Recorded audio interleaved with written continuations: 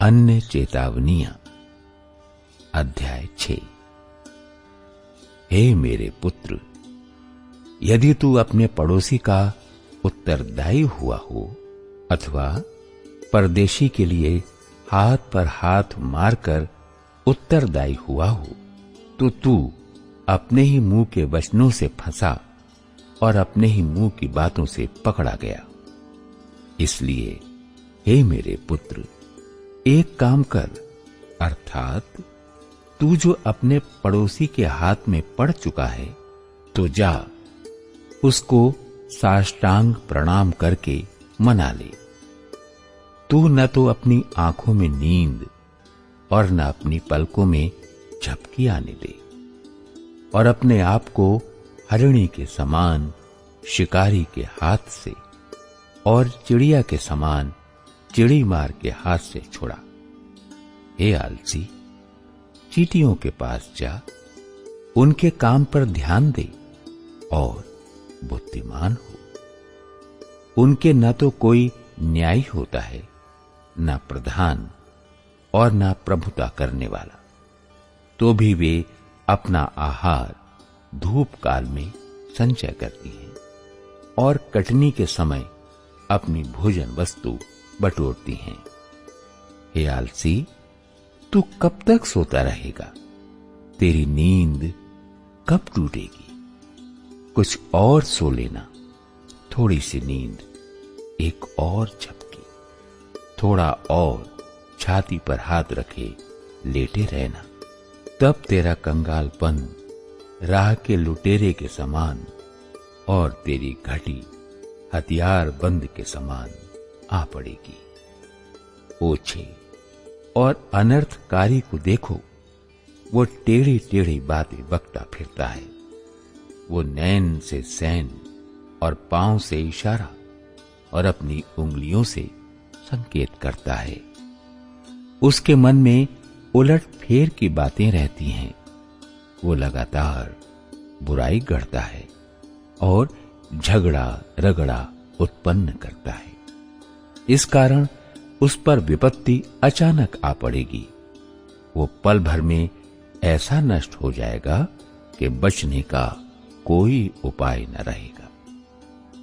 6 वस्तुओं से यहोवा बैर रखता है, वरन 7 हैं जिनसे उसको घृणा है, अर्थात घमंड से चढ़ी हुई आंखें, झूठ बोलने वाली जीभ और निर्दोष का लहू बहाने वाले हाथ, अनर्थ कल्पना गढ़ने वाला मन, बुराई करने को वेग दौड़ने वाले पांव, झूठ बोलने वाला साक्षी और भाइयों के बीच में झगड़ा उत्पन्न करने वाला मनुष्य। व्याभिचार के विरुद्ध चेतावनी। हे मेरे पुत्र, मेरी आज्ञा को मान और अपनी माता की शिक्षा को न त्याज।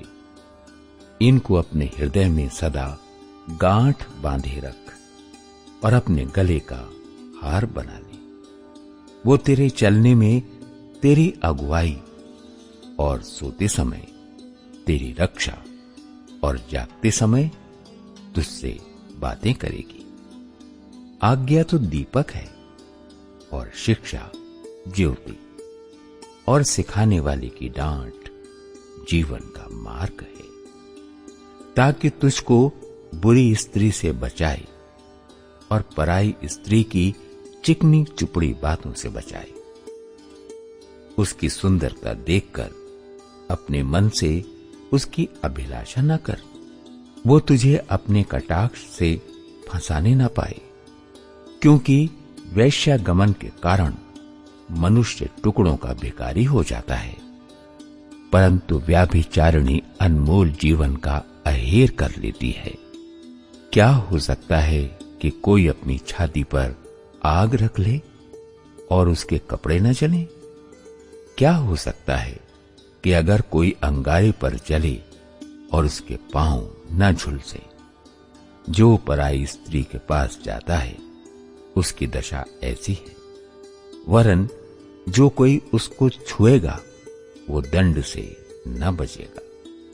जो चोर भूख के मारे अपना पेट भरने के लिए चोरी करे, उसको तो लोग तुच्छ नहीं जानते, तो भी यदि वो पकड़ा जाए तो उसको 7 गुना भर देना पड़ेगा, वरन अपने घर का सारा धन देना पड़ेगा। परंतु जो परस्त्री गमन करता है वो निरा निर्बुद्ध है। जो अपने प्राणों को नष्ट करना चाहता है वही ऐसा करता है। उसको घायल और अपमानित होना पड़ेगा और उसकी नामधराई कभी न मिटेगी, क्योंकि जलन से पुरुष बहुत ही क्रोधित हो जाता है और पलटा लेने के दिन वो कुछ कोमलता नहीं दिखाता। वो घूस पर दृष्टि न करेगा और चाहे तो उसको बहुत कुछ दे तो भी वो न मानेगा। अध्याय 7। हे मेरे पुत्र, मेरी बातों को माना कर और मेरी आज्ञाओं को अपने मन में रख छोड़। मेरी आज्ञाओं को मान, इससे तू जीवित रहेगा, और मेरी शिक्षा को अपनी आंख की पुतली जान। उनको अपनी उंगलियों में बांध और अपने हृदय की पटिया पर लिख ले।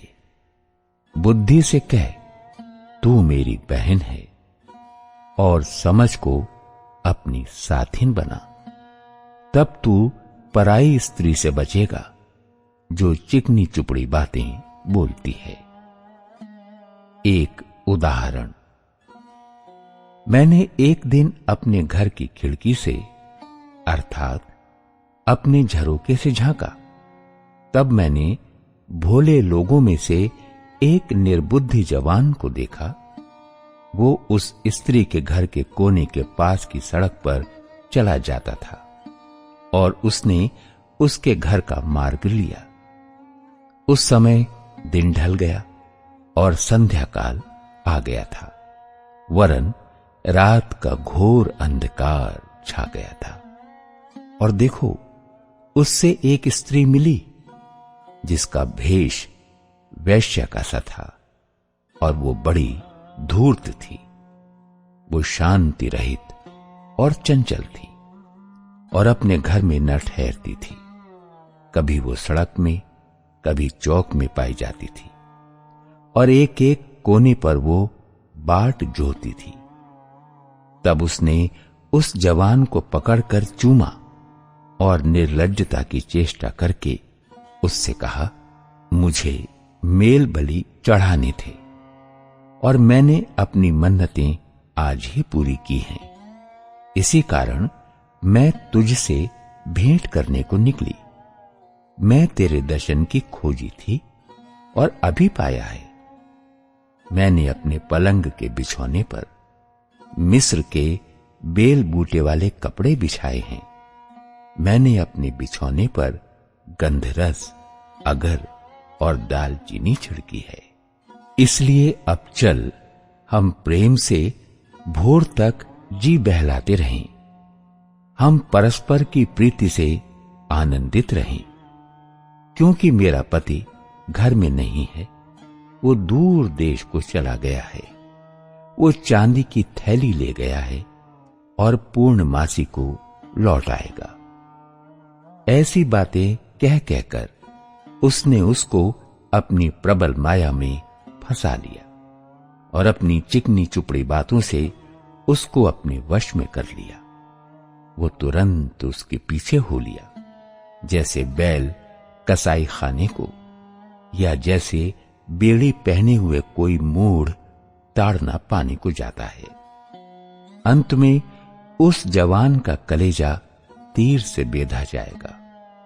वो उस चिड़िया के समान है जो फंदे की ओर वेग से उड़े और न जानती हो कि उसमें मेरे प्राण जाएंगे। अब हे मेरे पुत्रों, मेरी सुनो और मेरी बातों पर मन लगाओ।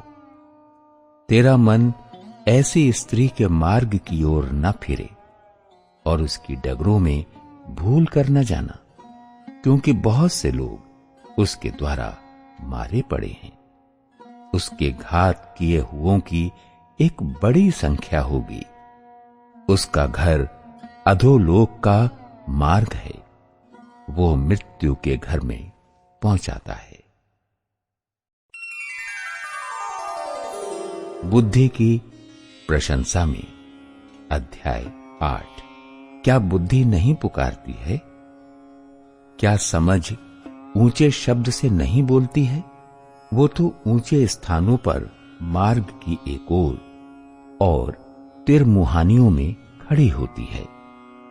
फाटकों के पास, नगर के पैठाओं में और द्वारों ही में वो ऊंचे स्वर से कहती है, हे मनुष्यों, मैं तुमको पुकारती हूं और मेरी बात सब आदमियों के लिए है। हे भोलो, चतुराई सीखो और हे मूर्खों, अपने मन में समझ लो। सुनो, क्योंकि मैं उत्तम बातें कहूंगी और जब मुंह खोलूंगी तब उससे सीधी बातें निकलेंगी। क्योंकि मुझसे सच्चाई की बातों का वर्णन होगा, दुष्टता की बातों से मुझको घृणा आती है। मेरे मुंह की सब बातें धर्म की होती हैं, उनमें से कोई टेढ़ी या उलट फेर की बात नहीं निकलती। समझ वाले के लिए वे सब सहज और ज्ञान प्राप्त करने वालों के लिए अति सीधी हैं। चांदी नहीं, मेरी शिक्षा ही को लो और उत्तम कुंदन से बढ़कर ज्ञान को ग्रहण करो, क्योंकि बुद्धि मूंगे से भी अच्छी है और सारी मनभावनी वस्तुओं में कोई भी उसके तुल्य नहीं है। मैं जो बुद्धि हूं, चतुराई में वास करती हूं और ज्ञान और विवेक को प्राप्त करती हूं। यहोवा का भय मानना बुराई से बैर रखना है। घमंड, अहंकार और बुरी चाल से और उलट फेर की बात से भी मैं बैर रखती हूं। उत्तम युक्ति और खरी बुद्धि मेरी ही है। मैं तो समझ हूं और पराक्रम भी मेरा है। मेरे ही द्वारा राजा राज्य करते हैं और अधिकारी धर्म से विचार करते हैं। मेरे ही द्वारा राजा हाकिम और रईस और पृथ्वी के सब न्यायी शासन करते हैं। जो मुझसे प्रेम रखते हैं उनसे मैं भी प्रेम रखती हूं, और जो मुझको यत्न से तड़के उठकर खोजते हैं वे मुझे पाते हैं। धन और प्रतिष्ठा मेरे पास हैं, वरन ठहरने वाला धन और धर्म भी है। मेरा फल चोखे सोने से वरन कुंदन से भी उत्तम है, और मेरी उपज उत्तम चांदी से अच्छी है। मैं धर्म के मार्ग में और न्याय की डगरों के बीच में चलती हूं, जिससे मैं अपने प्रेमियों को परमार्थ का भागी करूं और उनके भंडारों को भर दूं। यहोवा ने मुझे काम करने के आरंभ में वरन अपने प्राचीन काल के कामों से भी पहले उत्पन्न किया। मैं सदा से वरन आदि ही से पृथ्वी की सृष्टि से पहले ही से ठहराई गई हूं। जब न तो गहरा सागर था और न जल के सोते थे, तब ही से मैं उत्पन्न हुई। जब पहाड़ और पहाड़ियां स्थिर न की गई थीं, तब ही से मैं उत्पन्न हुई। जब यहोवा ने न तो पृथ्वी और न मैदान न जगत की धूलि के परमाणु बनाए थे, इससे पहले मैं उत्पन्न हुई। जब उसने आकाश को स्थिर किया, तब मैं वहां थी, और जब उसने गहरे सागर के ऊपर आकाश मंडल ठहराया, जब उसने आकाश मंडल को ऊपर से स्थिर किया और गहरे सागर के सोते फूटने लगे, जब उसने समुद्र की सीमा ठहराई कि जल उसकी आज्ञा का उल्लंघन न कर सके, और जब वो पृथ्वी की नींव की डोरी लगाता था, तब मैं कारीगर सी उसके पास थी। और प्रतिदिन मैं उसकी प्रसन्नता थी और हर समय उसके सामने आनंदित रहती थी। मैं उसकी बसाई हुई पृथ्वी से प्रसन्न थी और मेरा सुख मनुष्यों की संगति से होता था। इसलिए अब हे मेरे पुत्रों, मेरी सुनो। क्या ही धन्य हैं वे जो मेरे मार्ग को पकड़े रहते हैं। शिक्षक की सुनो और बुद्धिमान हो जाओ, उसके विषय में अनसुनी न करो। क्या ही धन्य है वो मनुष्य जो मेरी सुनता, वरन मेरी डेवढ़ी पर प्रतिदिन खड़ा रहता और मेरे द्वारों के खंभों के पास दृष्टि लगाए रहता है।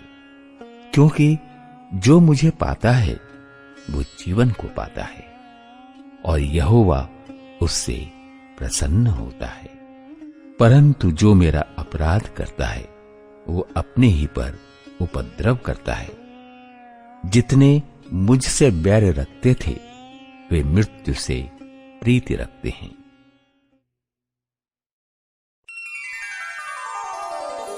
बुद्धिमानी और मूर्खता, अध्याय 9। बुद्धि ने अपना घर बनाया और उसके सातों खंभे गड़े हुए हैं। उसने अपने पशु वध करके अपने दाख मधु में मसाला मिलाया है और अपनी मेज लगाई है। उसने अपनी सहेलियां सबको बुलाने के लिए भेजी हैं। वो नगर के ऊंचे स्थानों की चोटी पर पुकारती हैं। जो कोई भोला है वो मुड़कर यहीं आए, और जो निर्बुद्धि है उससे वो कहती है, आओ मेरी रोटी खाओ और मेरे मसाला मिलाए हुए दाख मधु को पियो। भोलों का संग छोड़ो और जीवित रहो। समझ के मार्ग में सीधे चलो। जो ठट्ठा करने वालों को शिक्षा देता है वो अपमानित होता है, और जो दुष्ट जन को डांटता है वो कलंकित होता है। ठट्ठा करने वालों को न डांट, ऐसा ना हो कि वो तुझसे बैर रखे। बुद्धिमान को डांट, वो तो तुझसे प्रेम रखेगा। बुद्धिमान को शिक्षा दे, वो अधिक बुद्धिमान होगा। धर्मी को चेता दे, वो अपनी विद्या बढ़ाएगा। यहोवा का भय मानना बुद्धि का आरंभ है, और परम पवित्र ईश्वर को जानना ही समझ है। मेरे द्वारा तो तेरी आयु बढ़ेगी और तेरे जीवन के वर्ष अधिक होंगे। यदि तू बुद्धिमान हो तो बुद्धि का फल तू ही भोगेगा, और यदि तू ठट्ठा करे तो दंड केवल तू ही भोगेगा। मूर्खता रूपी स्त्री बक बक करने वाली है। वो तो भोली है और कुछ नहीं जानती। वो अपने घर के द्वार में और नगर के ऊंचे स्थानों में अपने आसन पर बैठी हुई। जो बटोही अपना अपना मार्ग पकड़े हुए सीधे चले जाते हैं, उनको ये कह कहकर पुकारती है, जो कोई भोला है वो मुड़कर यहां आए। जो निर्बुद्धि है उससे वो कहती है, चोरी का पानी मीठा होता है और लुके छिपे की रोटी अच्छी लगती है। वो ये नहीं जानता कि वहां मरे हुए पड़े हैं, और उस स्त्री के नेवतहारी अधोलोक के निचले स्थानों में पहुंचे हैं।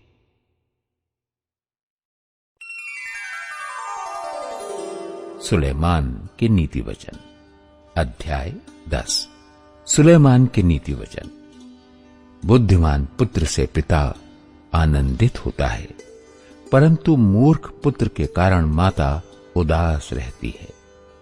दुष्टों के रखे हुए धन से लाभ नहीं होता, परंतु धर्म के कारण मृत्यु से बचाव होता है।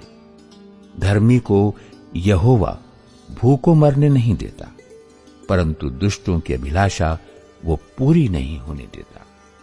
जो काम में ढिलाई करता है वो निर्धन हो जाता है, परंतु कामकाजी लोग अपने हाथों के द्वारा धनी होते हैं। जो बेटा धूप काल में बटोरता है वो बुद्धि से काम करने वाला है, परंतु जो बेटा कटनी के समय भारी नींद में पड़ा रहता है वो लज्जा का कारण होता है। धर्मी पर बहुत से आशीर्वाद होते हैं, परंतु उपद्रव दुष्टों का मुंह छा लेता है। धर्मी को स्मरण करके लोग आशीर्वाद देते हैं, परंतु दुष्टों का नाम मिट जाता है। जो बुद्धिमान है वो आज्ञाओं को स्वीकार करता है, परंतु जो बकवादी और मूढ़ है वो पछाड़ खाता है। जो खराई से चलता है वो निडर चलता है, परंतु जो टेढ़ी चाल चलता है उसकी चाल प्रकट हो जाती है। जो नैन से सैन करता है उससे औरों को दुख मिलता है, और जो बकवादी और मूढ़ है वो पछाड़ खाता है। धर्मी का मुंह तो जीवन का सोता है, परंतु उपद्रव दुष्टों का मुंह छा लेता है। बैर से तो झगड़े उत्पन्न होते हैं, परंतु प्रेम से सब अपराध ढप जाते हैं। समझ वालों के वचनों में बुद्धि पाई जाती है, परंतु निर्बुद्धि की पीठ के लिए कोड़ा है। बुद्धिमान लोग ज्ञान को रख छोड़ते हैं, परंतु मूढ़ के बोलने से विनाश निकट आता है। धनी का धन उसका दृढ़ नगर है, परंतु कंगाल की निर्धनता उसके विनाश का कारण है। धर्मी का परिश्रम जीवन के लिए होता है, परंतु दुष्ट के लाभ से पाप होता है। जो शिक्षा पर चलता वो जीवन के मार्ग पर चलता है, परंतु जो डांट से मुंह मोड़ता वो भटकता है। जो बैर को छिपा रखता है वो झूठ बोलता है, और जो झूठी निंदा फैलाता है वो मूर्ख है। जहां बहुत बातें होती हैं वहां अपराध भी होता है, परंतु जो अपने मुंह को बंद रखता वो बुद्धि से काम करता है। धर्मी के वचन तो उत्तम चांदी है, परंतु दुष्टों का मन बहुत हल्का होता है। धर्मी के वचनों से बहुतों का पालन पोषण होता है, परंतु मूढ़ लोग निर्बुद्धि होने के कारण मर जाते हैं। धन यहोवा की आशीष ही से मिलता है, और वो उसके साथ दुख नहीं मिलाता। मूर्ख को तो महापाप करना हंसी की बात ज्ञान पड़ती है, परंतु समझ वाले पुरुष में बुद्धि रहती है। दुष्ट जन जिस विपत्ति से डरता है वो उस पर आ पड़ती है, परंतु धर्मियों की लालसा पूरी होती है। बवंडर निकल जाते ही दुष्ट जन लोप हो जाता है, परंतु धर्मी सदालों स्थिर है। जैसे दांत को सिरका और आंख को धुआं, वैसे आलसी उनको लगता है जो उसको कहीं भेजते हैं। यहोवा का भय मानने से आयु बढ़ती है, परंतु दुष्टों का जीवन थोड़े ही दिनों का होता है। धर्मियों को आशा रखने में आनंद मिलता है, परंतु दुष्टों की आशा टूट जाती है। यहोवा खरे मनुष्य का गढ़ ठहरता है, परंतु अनर्थकारियों का विनाश होता है। धर्मी सदा अटल रहेगा, परंतु दुष्ट पृथ्वी पर बसने न पाएंगे। धर्मी के मुंह से बुद्धि टपकती है, पर उलट फेर की बात कहने वाले की जीभ काटी जाएगी। धर्मी ग्रहण योग्य बात समझकर बोलता है, परंतु दुष्टों के मुंह से उलट फेर की बातें निकलती हैं।